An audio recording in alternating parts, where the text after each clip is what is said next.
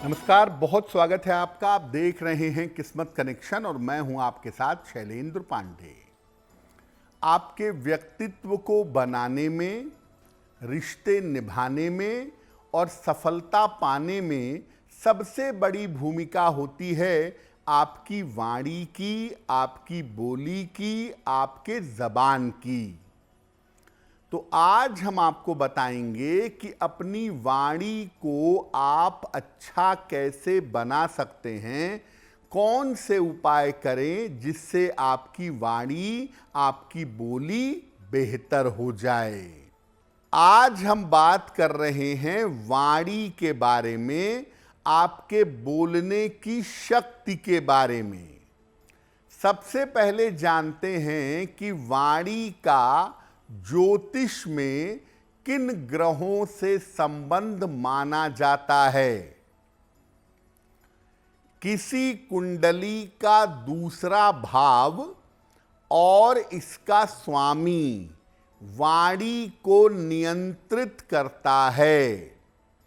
इसके अलावा तीसरा और आठवां भाव भी वाणी से संबंध रखता है। और जो भाव वाणी के होते हैं वही भाव आपकी आर्थिक स्थिति के और पारिवारिक जीवन के भी होते हैं।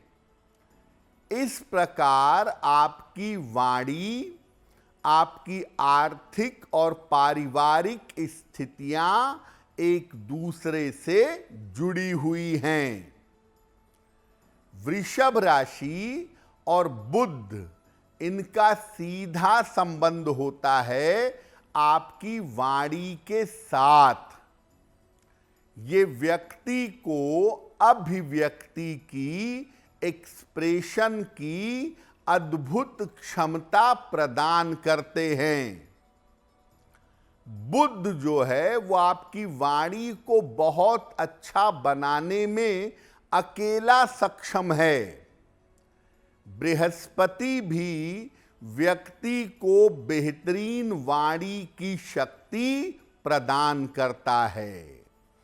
तो अगर किसी कुंडली में बुध भी पावरफुल हो गया और बृहस्पति भी पावरफुल हो गया तो उस व्यक्ति की वाणी बहुत अच्छी होगी और उसकी वाणी से, उसके बोलने से दूसरे लोग प्रभावित होंगे। आप कैसा बोलते हैं, आपके बोलने की आदत कैसी है। आप तेज बोलते हैं, चीख चिल्लाकर बोलते हैं, मधुर तरीके से बोलते हैं, अपनी बात शांति से रखते हैं। जो आपकी वाणी की आदत है वो किन ग्रहों से प्रभावित होती है। देखिए, पाप ग्रह अगर वाणी से संबंध रखें तो वाणी खराब होती है, जबान खराब हो जाती है। बुध या बृहस्पति अगर कुंडली में गड़बड़ हैं तो वाणी और भी ज्यादा खराब होगी और भी ज्यादा बुरी होगी। वाणी को सबसे ज्यादा खराब करते हैं शनि और राहु। बुध और बृहस्पति अगर कुंडली में अच्छे हैं या केवल बुध की प्लेसमेंट अगर कुंडली में अच्छी है तो ये आपकी वाणी को अच्छा कर देता है। वाणी का ग्रह अगर शुक्र की राशि में हो या शुक्र के साथ संबंध में हो तो आदमी बहुत अच्छा गाता है, या जब वो बात करता है तो बात बड़ी मीठी होती है, बड़ी अट्रैक्टिव होती है। उसके बात करने का तरीका बड़ा अद्भुत होता है अगर वाणी के ग्रह का संबंध शुक्र से बन जाए। अगर आप चाहते हैं कि आपकी वाणी मधुर हो और मधुर वाणी के प्रभाव से आपका भाग्य भी बेहतर हो तो क्या करेंगे। सुबह और शाम दोनों समय गायत्री मंत्र का अभ्यास करें, जपें कम से कम 27 बार सुबह शाम या 108 बार सुबह शाम। अपने खान पान को शुद्ध रखें, मांस मदिरा इत्यादि का प्रयोग ना करें। महीने में एक बार पूर्णिमा आती है, जल पीकर लिक्विड लेकर के पूर्णिमा का उपवास रखें। सलाह लेकर पीला पुखराज या एक पन्ना जो आपके लिए सूटेबल हो उसको धारण करिए। गलत वाणी का प्रयोग हो जाने पर कृष्ण कृष्ण, राम राम या शिव शिव कहिए।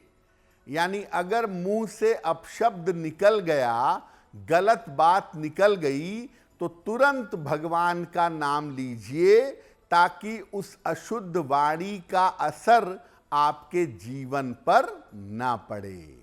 देखिए, वाणी से जितने बार आप अपशब्द का प्रयोग करते हैं या चीखते चिल्लाते हैं या बेवजह के गलत बातों का इस्तेमाल करते हैं, तो आपके अंदर की जो शुभता है वो घटती जाती है। इसीलिए देखिए, तमाम धर्मों में, तमाम जगहों पर जिह्वा से, वाणी से भगवान का नाम लेने को कहा गया है, नाम जप करने को कहा गया है।